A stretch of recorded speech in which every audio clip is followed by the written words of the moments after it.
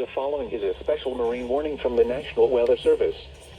The National Weather Service in Chicago has issued a special marine warning for nearshore waters from Wilmette Harbor to Calumet Harbor, nearshore waters from Calumet Harbor to Michigan City, open waters from Winthrop Harbor to Michigan City out to Mid-Lake, until 7:45 p.m.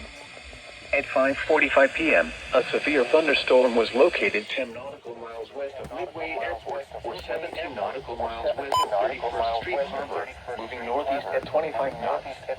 Hazard: wind gusts 34 knots or greater and large hail. Source: law enforcement. Impact: small craft could be damaged in briefly higher winds and suddenly higher waves. Large hail could result in structural damage.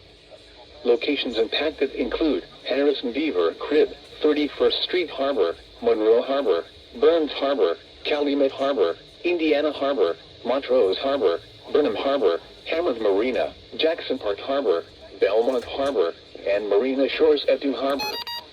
Move to safe harbor until hazardous weather passes.